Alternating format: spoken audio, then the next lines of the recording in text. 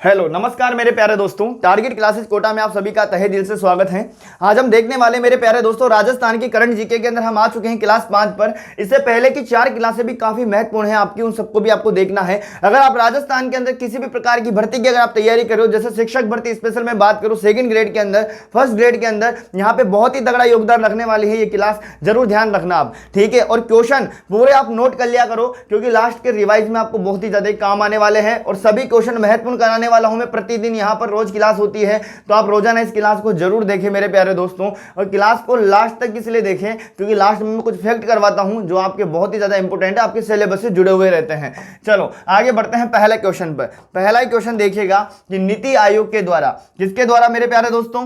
नीति आयोग के द्वारा दिसंबर 2021 में जारी किए गए समग्र स्वास्थ्य सेवाओं के इंडेक्स में, ताजा इंडेक्स में राजस्थान का कौन सा स्थान रहा है? भाई नीति आयोग के द्वारा दिसंबर 2021 में समग्र स्वास्थ्य सेवाओं का एक इंडेक्स जारी किया गया है, उसमें राजस्थान का जो स्थान है वो कैसा रहा है वो आपको बताना है। राजस्थान का जो स्थान रहा है प्यारे दोस्तों 16 नंबर पे रहा है। कितने नंबर पे? 16वें नंबर पे हमारे राजस्थान का स्थान रहा है। पर आपसे पूछा जाए कि नीति आयोग की जो स्थापना हुई थी वो कब हुई थी, ये बताना। ये इंपॉर्टेंट क्वेश्चन है भाई। ये हुई थी बताओ 2015 में। कब हुई थी बताइए? 2015 में हुई थी। और नीति आयोग को पहले क्या कहा जाता था? योजना आयोग कहा जाता था। क्या कहा जाता था प्यारे दोस्तों? योजना आयोग के नाम से जाना जाता था। अगले क्वेश्चन पे बढ़ते हैं, नेक्स्ट क्वेश्चन पर आते हैं। देखो क्वेश्चन संख्या 2 को देखिएगा आपकी स्क्रीन पर, क्या कह रहा है क्वेश्चन संख्या 2। महिला एवं बाल विकास विभाग, क्वेश्चन बोल रहा है कि महिला एवं बाल विकास विभाग राजस्थान सरकार द्वारा, खाली स्थान दे रखा है और आपको यहां पर, ठीक है, ये खाली स्थान आपको भरना है।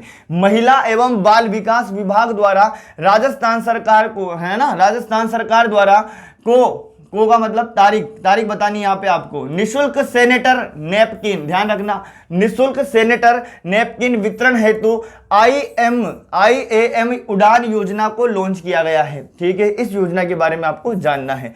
कौन सी योजना है? IAM शक्ति, ध्यान रखना, IAM शक्ति उड़ान योजना।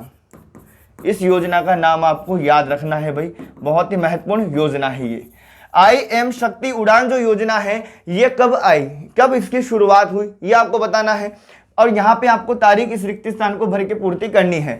बट किससे संबंधित है? निःशुल्क सैनिटरी नैपकिन वितरण से ये संबंधित हैं। बात करूं मैं आगे तो अगली जिसकी जो तारीख आती है 19 दिसंबर 2021 को इसकी शुरुआत हुई थी इस योजना की। और इस योजना का जो नाम था IAM शक्ति उड़ान, ये नाम इसका है इस योजना का, ध्यान रखना मेरे प्यारे दोस्तों, ठीक है। और 20 अगस्त 2020 की बात करी जाए तो इस दिन जो शुरुआत हुई थी इंदिरा रसोई योजना की हुई थी। किसकी हुई थी बताओ? इंदिरा रसोई योजना की शुरुआत हुई थी, ये भी ध्यान रखना। इंदिरा रसोई योजना की शुरुआत हुई थी जिसके अंदर आपको सबको पता है 8 रुपए थाली की रेट है और 17 रुपए सरकार के द्वारा अनुदान किए जाते हैं। ये चीजें भी आपको याद रखना है। पहले 17 की जगह 12 था, 5 रुपए बढ़ा दिए गए हैं। आगे बात समझ में? चलो आगे बढ़ते हैं। ये हुआ हमारा दूसरा क्वेश्चन। चल तो आगे देखते हैं भाई क्वेश्चन संख्या 3 की तरफ। सभी क्वेश्चन बहुत ही महत्वपूर्ण है मेरे प्यारे दोस्तों, इसलिए अच्छे से आपको नोट्स बनाना है क्योंकि लास्ट में बहुत ज्यादा आपको ये काम आएंगे। मैं कह रहा हूं आपसे पहले ही, ठीक है, क्योंकि यहाँ पे ये मत देखिए आप कितने क्वेश्चन कराए, कितने घंटे की क्लास रही। क्वेश्चन जितने भी कराए जाएंगे महत्वपूर्ण रहेंगे, ये पता आपको एग्जाम में लग जाएगा जब आप एग्जाम देने जाओगे तब। देखो क्योंकि यहाँ पर बिल्कुल उसी प्रकृति से क्वेश्चन लिए जा रहे हैं जो हमारे एग्जाम में होते हैं। देखो राजस्थान के किस स्थान पर भारत का दूसरा एवं विश्व का तीसरा सबसे बड़ा क्रिकेट स्टेडियम का निर्माण के लिए भूमि पूजन किया गया है? मतलब हमारे राजस्थान के अंदर भी भारत का दूसरा सबसे बड़ा क्रिकेट स्टेडियम बनने जा रहा है। भारत का जो पहला सबसे बड़ा क्रिकेट स्टेडियम है वो मोटेरा वाला आपको याद है, ठीक है ना, मोटेरा जो स्टेडियम है वो सबसे बड़ा है। बट राजस्थान के अंदर भी एक बड़ा स्टेडियम बनने जा रहा है जो भारत का कैसा रहेगा? दूसरा बड़ा स्टेडियम रहेगा। ध्यान रखना, आप क्वेश्चन को दोबारा समझना। राजस्थान के किस स्थान पर भारत का दूसरा एवं विश्व का तीसरा सबसे बड़ा क्रिकेट स्टेडियम के निर्माण के लिए भूमि पूजन किया है? और राजस्थान का तो पहला ही रहेगा। कहां पे किया गया है? चोपगांव जयपुर के अंदर। क्वेश्चन बन सकता है बहुत ही इंपॉर्टेंट, ठीक है ना। क्वेश्चन ऐसे आ सकता है, चोपगांव जयपुर किसके लिए प्रसिद्ध रहा, किसके लिए चर्चा में रहा? तो ध्यान रखना इस बात को जरूर। सांगानेर की बात करें, अंतरराष्ट्रीय हवाई अड्डा है जो निजी क्षेत्रों में जा रहा है। कौन से समूह के अंदर है भाई? कौन से समूह में जा रहा है? ये अडानी समूह में जा रहा है, ठीक है। सांगानेर राजस्थान का एकमात्र अंतरराष्ट्रीय हवाई अड्डा है। सबसे पहले यहाँ पर दुबई के लिए यात्रा प्रारंभ की गई थी और ये भारत का 14वां अंतर्राष्ट्रीय हवाई अड्डा है, जबकि राजस्थान का पहला हवाई अड्डा है। चलो बढ़े आगे, देखते हैं अगले क्वेश्चन पर। क्वेश्चन संख्या 4 की तरफ आते हैं प्यारे दोस्तों। क्वेश्चन संख्या 4 को पढ़िएगा और फटाफट से अपना जवाब लिखिएगा कि क्या इसके अंदर जवाब रहने वाला है। और क्लास खत्म होने के बाद में सब कमेंट करके जाया करो कि क्लास आपको कैसी लगी।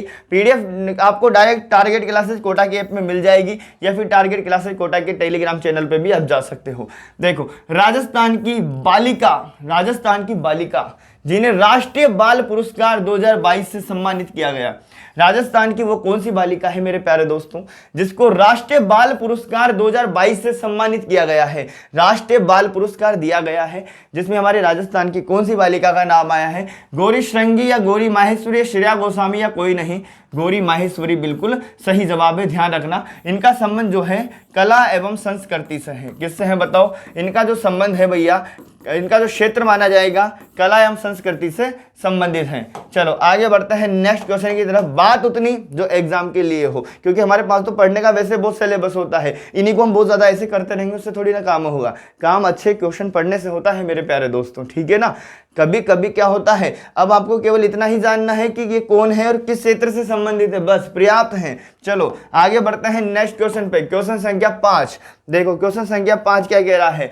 वर्ष 2021-22। अब जो क्वेश्चन कठिन ही पूछना होगा तो ऐसे आ जाएंगे ना क्वेश्चन, तो आप टेंशन काहे को लेते हो, ठीक है। क्वेश्चन ऐसे आ जाएंगे, जब पढ़ना ऐसा थोड़ी कि क्वेश्चन में बहुत डीप जाता जाएगा, आपसे ऐसा ही पूछ लेगा, बहुत ऊपर से है बट याद ही नहीं तो कैसे कर पाओगे बताओ, ठीक है। देखो, वर्ष 2021-22 में बारिश के दौरान राजस्थान की अर्थव्यवस्था का आधार, ये ध्यान रखना, ये गलत लिख रखा है वर्ष, है ना, ये गलत है। आपको तो बस इतना याद रखना है, राजस्थान की अर्थव्यवस्था का आधार क्या रखा गया है वर्ष 2021-22 के अनुसार। मतलब आपको आर्थिक समीक्षा के जो हिसाब से आपको बताना है कि राजस्थान की अर्थव्यवस्था का आधार रखा गया है, कितना रहा है? 15.16 लाख करोड़ है, या फिर 11.96 लाख करोड़ है, या 35.18 लाख करोड़ है, या 52 लाख करोड़ है। सीधा रटने वाला आंसर है, ठीक है। 11.96 लाख करोड़ क्या है? हमारे अर्थव्यवस्था का आकार है राजस्थान का। सीधा याद रखना, जितना पूछा जाएगा कि राजस्थान की अर्थव्यवस्था का आकार कितना है तो बता देना। आधार आकार बताओगे तो क्या बताओगे? 11.96 लाख करोड़।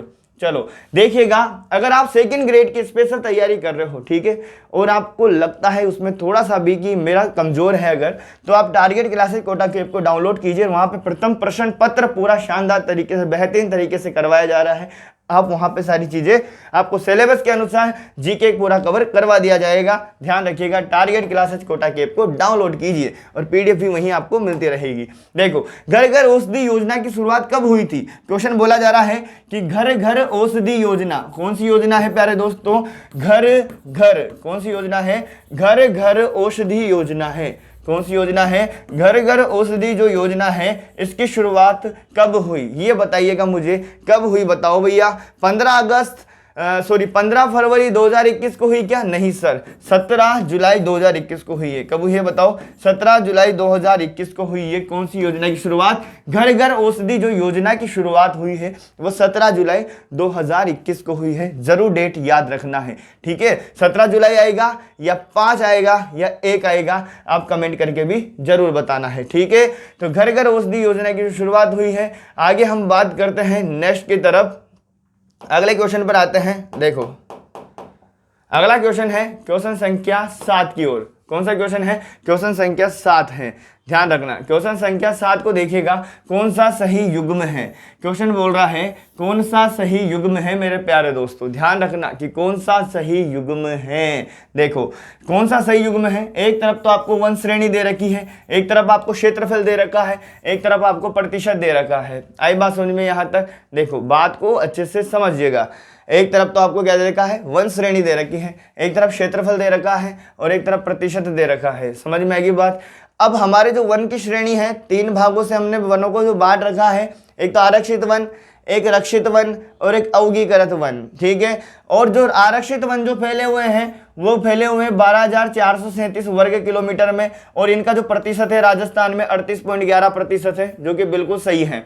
आपसे ऐसा पूछा जा सकता है कि आरक्षित वनों का जो प्रतिशत है प्यारे दोस्तों कितना है, 38.11% है। आरक्षित जो वन है हमारे राजस्थान में कितने पाए जाते हैं, 38.11%। ठीक है, कितने क्षेत्रफल पे फैले हुए हैं, 12,475 वर्ग किलोमीटर के क्षेत्रफल में फैले हुए हैं। रक्षित वनों की बात करें तो 18,217 वर्ग किलोमीटर में ये फैले हुए हैं, और हमारे राजस्थान में 55.64% जो वन है वो रक्षित वन है। कैसे वन है, 55.64% जो वन है वो कैसे वन है बताओ, रक्षित वन है। और क्षेत्रफल की बात करें तो यही सबसे ज्यादा फैले हुए हैं। क्वेश्चन ऐसे भी आ सकता है कि किस प्रकार के वन सबसे ज्यादा फैले हुए हैं, रक्षित वन फैले हुए हैं। क्षेत्रफल पे भी आप देखोगे तो 55.64% के लगभग ये है। समझ के बाद चलो अवगीकृत वन की अगर हम बात करें, किसकी बात करें प्यारे दोस्तों, अवगीकृत वन की, तो ध्यान रखिएगा 2045 वर्ग किलोमीटर क्षेत्रफल पे फैले हुए हैं, जो कि सबसे कम है 6.25% पे। कितने पे फैले हुए हैं, 6.25% पे फैले हुए हैं। अब क्वेश्चन कैसे आएगा, बात समझना ध्यान से। देखो क्वेश्चन आएगा कि राजस्थान में किस प्रकार के वन सर्वाधिक फैले हुए हैं, तो ध्यान रखना 55.64% पे कौन से हैं, रक्षित वन है। कौन से हैं बताइए, रक्षित वन है। अब आरक्षित वनों की हम बात करें तो कितने फैले हुए हैं, 38.11% हैं। और अवगीकृत वनों की हम बात करें तो कितने हैं, 6.25% है। कितने हैं मेरे प्यारे दोस्तों, 6.25% हैं। और यहाँ पे उपरोक्त सभी के सभी सही हैं। क्या है, उपरोक्त सभी के सभी सही हैं भैया। ठीक है, आगे बढ़ते हैं हम नेक्स्ट क्वेश्चन की तरफ आते हैं। क्वेश्चन संख्या 8 को देखिएगा। कौन सा क्वेश्चन है, क्वेश्चन संख्या 8।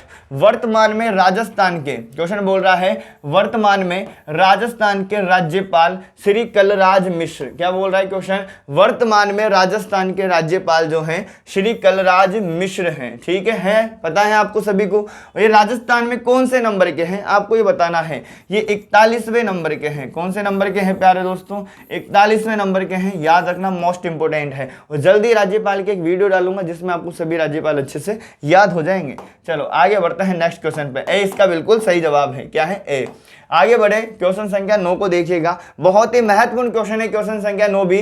5वां वित्त आयोग कब से कब तक रहा। अब आपसे पूछा जा रहा है हमारे राजस्थान में कौन सा वित्त आयोग चल रहा है। अभी जो वित्त आयोग चल रहा है प्यारे दोस्तों, छठा वित्त आयोग चल रहा है। कौन सा चल रहा है, छठा वित्त आयोग के जो अध्यक्ष हैं वो प्रद्युमन सिंह हैं। कौन है, प्रद्युमन जी हैं। ठीक है, जो हमारे जो अभी वर्तमान में 5वें वित्त आयोग के अध्यक्ष है प्रद्युमन सिंह हैं। और आगे बात करें 5वें की अगर बात करें अपन, तो 5वां जो रहा है वो रहा है 2015 से लेकर 20 तक का। कब तक का रहा है बताओ, 2015 से लेकर, कब से, 2015 से लेकर 2020 तक जो रहा है वो कौन सा वित्त आयोग रहा है, 5वां वित्त आयोग रहा है। ध्यान रखना। और इनके जो अध्यक्ष थे वो कौन थे, बी.डी. कल्ला थे। कौन थे मेरे प्यारे दोस्तों, बी.डी. कल्ला थे। क्या नहीं थे, ज्योति किरण। कौन थे बताओ, ज्योति किरण इनके अध्यक्ष थे। जरूर बताना मुझे कमेंट करके। ठीक है, और कमेंट करके बताना क्लास कैसी लगी। सबसे पहला क्वेश्चन आपका यही बनेगा कि वर्तमान में 5वें वित्त आयोग का अध्यक्ष कौन है, तो बता दीजिए मुझे 5वें वित्त आयोग के अध्यक्ष कौन थे, बताइए। ज्योति किरण है। और छठे वित्त आयोग के अध्यक्ष कौन बने हैं वर्तमान में, प्रद्युमन सिंह हैं। चलो नेक्स्ट क्वेश्चन पे बात करते हैं। सबसे मेन बात हमको छठा वाला याद रखना है और 5वें का कार्यकाल याद रखना है, पूछा जा सकता है। चलो नेक्स्ट क्वेश्चन पे बढ़ते हैं, क्वेश्चन संख्या 10 की ओर। कौन सा क्वेश्चन है, क्वेश्चन संख्या 10। राज्य मानवाधिकार आयोग के अध्यक्ष कौन है, राज्य मानवाधिकार आयोग के अध्यक्ष कौन है, इस चीज का ध्यान रखना। राज्य मानवाधिकार आयोग ने कब कार्य करना स्टार्ट कर दिया था बताओ, कब कार्य की शुरुआत कर दी थी इस वाले आयोग ने, सन 2000 में कार्य की शुरुआत इन्होंने कर दी थी। ध्यान रखना, राज्य मानवाधिकार आयोग के जो अध्यक्ष हैं वर्तमान में वो कौन है बताओ, गोपाल कृष्ण व्यास हैं, है ना। ध्यान रखना, ठीक है। जी.के. व्यास भी आपके सामने लिख के आ सकता है, जी.के. व्यास भी आपके सामने लिख के आ सकता है। गोपाल कृष्ण व्यास राज्य मानवाधिकार आयोग के क्या है, अध्यक्ष हैं। प्रेम सिंह मेहरा की बात करें तो ये राजस्थान के मुख्य निर्वाचन आयुक्त हैं। ठीक है। डी.बी. गुप्ता की बात करें ये सूचना आयुक्त हैं। ध्यान रखना, समझ गए बात। उसके बाद प्रताप कृष्ण लोहरा की बात करें तो ये बहुत इंपॉर्टेंट क्वेश्चन लेने वाला है आने वाले एग्जामों में। ध्यान रखना, लोकायुक्त है राजस्थान के, बहुत इंपॉर्टेंट रहेगा ये क्वेश्चन, पहले ही बोल रहा हूँ, याद रखना। ठीक है, आगे बढ़ते हैं नेक्स्ट क्वेश्चन की तरफ आते हैं प्यारे दोस्तों। देखिएगा क्वेश्चन संख्या 11 को, अब 11 तो है नहीं, अब हम देखने वाले हैं मेरे प्यारे दोस्तों कुछ तांडव सीरीज के बारे में। ठीक है, अब कुछ तांडव जानकारी हमें जाननी है जो हमारे पास कम पढ़ने पे ही पेपर में तांडव मचा दे। ठीक है, कैसे तांडव मचाएगी, मतलब हमें कुछ ऐसी चीजें यहाँ पे लेंगे जिन पे हम कंफ्यूज होते रहते हैं बार बार, और वो पेपर में फिर भी पेपर में आ जाती है और फिर भी हम गलत कर जाते हैं, तो उनसे हमें बचना है। ठीक है, क्योंकि वही हमारा कहीं ना कहीं सिलेक्शन को रोक जाती है। अब देखो, पर्यटन विभाग के द्वारा आयोजित प्रमुख महोत्सव मनाए जाते हैं। अब आप ये इतना नॉर्मल मानते हो, आप इन क्वेश्चन को बहुत नॉर्मल है ऐसे, पर जब एग्जाम में आ जाता ना तो ये भी गड़बड़ हो जाता है। ठीक है, लगता तो ऐसा है कि बहुत ही सीधा है, ऐसा लगता है ना अपने को देखते हो ये तो अपने को याद है बस। ठीक है ना, ऐसे बोल देते हैं मूड महोत्सव कहाँ मनाया जाता है, हम बोलते जैसलमेर ना, जैसलमेर थोड़ी मनाते हैं, फिर बीकानेर में मनाते हैं, तो ऐसे थोड़ी देते हैं आंसर, वहां तो सारे ऑप्शन एक साथ आते हैं। ठीक है, ऊंट महोत्सव जो मनाया जाता है बीकानेर में मनाया जाता है, बिल्कुल अच्छे से याद रख लीजिए बस। ठीक है ना, शानदार तरीके से याद रख लीजिए कि ऊंट महोत्सव कहाँ मनाया जाता है, बीकानेर में मनाया जाता है। हम क्या करते हैं, जैसलमेर लगाने का प्रयास करते हैं, क्योंकि हम तो वही लगाते हैं जो आंसर नहीं होता है। ठीक है ना, हमें तो वही लगाना है जो आंसर है। ठीक है, ऊंट महोत्सव बीकानेर में मनाया जाता है और जनवरी के महीने में मनाया जाता है। देखो, मरुस्थल, गर्मी के मारे मरते रहे हम, वहां पे गर्मी मरे बहुत ज्यादा, गर्मी लगी अपने को बहुत ज्यादा। कहाँ पे, जैसलमेर में। मरु महोत्सव कहाँ मनाया जाता है, जैसलमेर में मनाया जाता है जनवरी फरवरी के महीने में। कब मनाया जाता है बताओ भाई, जनवरी फरवरी में तो मनाएंगे, गर्मी में तो बहुत गर्मी रहती है, इसलिए कब मनाया जाता है, ठंडाई में, जनवरी फरवरी में। उसके बाद देखो, पतंग उड़ा। ठीक है ना, पतंग महोत्सव। ठीक है, कौन सा है, पतंग महोत्सव है, जैसे जयपुर, जैसे जनवरी में ही मनाया जाता है। पतंग महोत्सव कहाँ मनाया जाता है बताओ, जयपुर के अंदर मनाया जाता है। हाथी महोत्सव जयपुर के अंदर मनाया जाता है, ध्यान रखना इसका भी जनवरी महीना है। ठीक है, अधिकतर जनवरी फरवरी महीने हैं, सबके महीने याद नहीं रखने वैसे तो, आप तो ऊंट महोत्सव मरु महोत्सव इनका याद रख लीजिए, पर्याप्त है। ऊंट महोत्सव का बताओ कहाँ मनाते हैं, बीकानेर में। कब मनाते हैं, जनवरी में।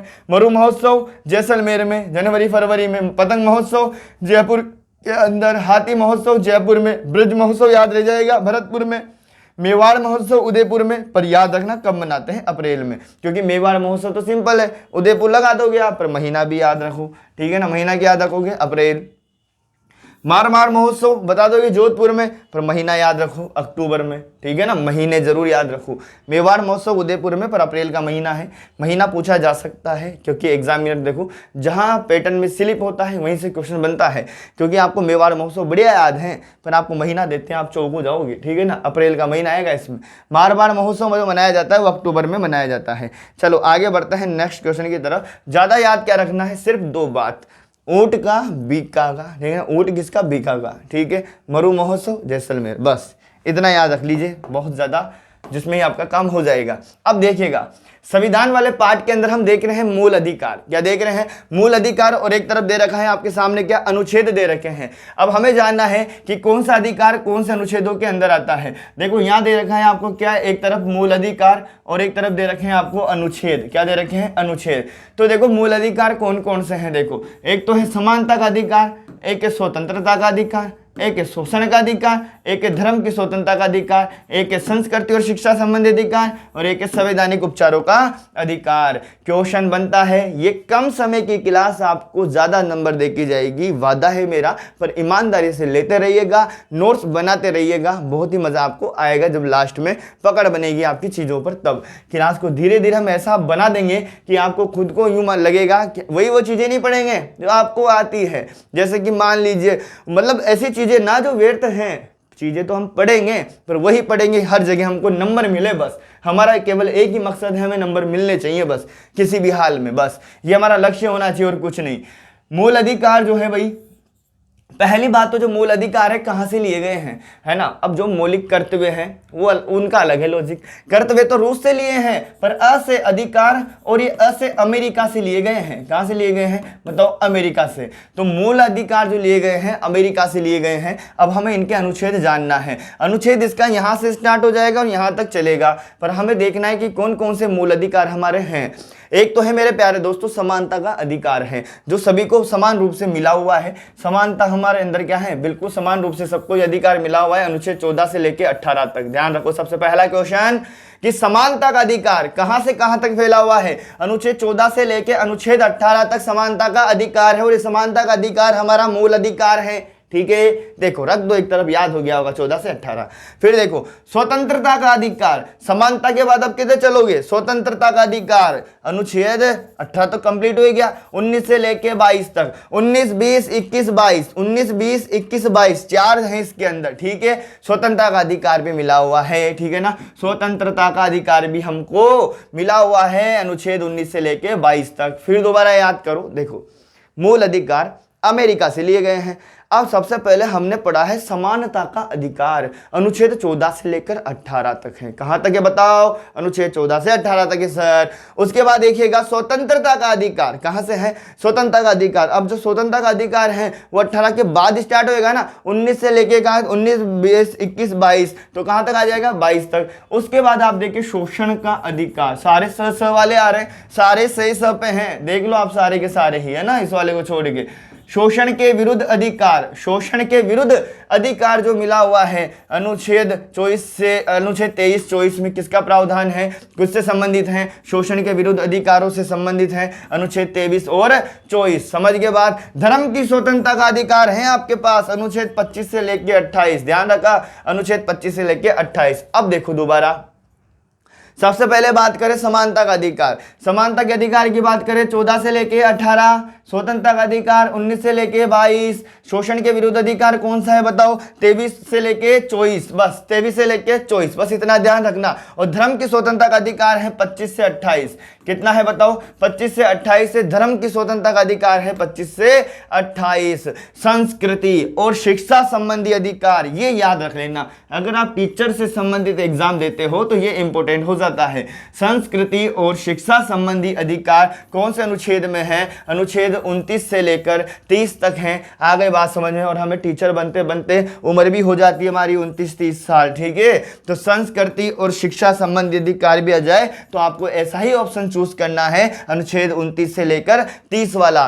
संवैधानिक उपचारों का अधिकार अनुच्छेद 32 में, और हम नौकरी लगते हैं फिर हमारा अधिकारों का क्या होता है, उपचार हो जाता है। संवैधानिक उपचारों का अधिकार अनुच्छेद 32 के अंदर है। चलो अब बात को अच्छे से समझना, ठीक है, याद कराना मेरा मकसद है और कुछ नहीं। ठीक है, मूल अधिकार और अनुच्छेद, सबसे पहले समानता का अधिकार 14 से लेके 18, स्वतंत्रता का अधिकार 19 से लेकर 22, शोषण के विरुद्ध अधिकार 23 से लेकर 24, धर्म की स्वतंत्रता का अधिकार 25 से लेकर 28, संस्कृति और शिक्षा संबंधी अधिकार 29-30, संवैधानिक उपचारों का अधिकार अनुच्छेद 32। तो ये हुई मेरे प्यारे दोस्तों आज की क्लास हमारी। ठीक है, तो आज की क्लास हमारी हुई, और जल्द ही आप सभी को आप ऐप डाउनलोड करके रखिए, वहाँ पे सारी सुविधा आपको मिल जाएगी। वहाँ पे आपको जल्दी ही क्या मिल जाएगा, जल्दी ही आपको वहाँ पे मिल जाएगी PDF वगैरह सारी चीज़ें। ऐप डाउनलोड कर लीजिए, और फर्स्ट पेपर की जोरदार तैयारी करना चाहते हो तो वेलकम है आपका, आइए। जोरदार तरीके से आपको बेहतरीन तरीके से उसमें कोर्स करवाया जा रहा है,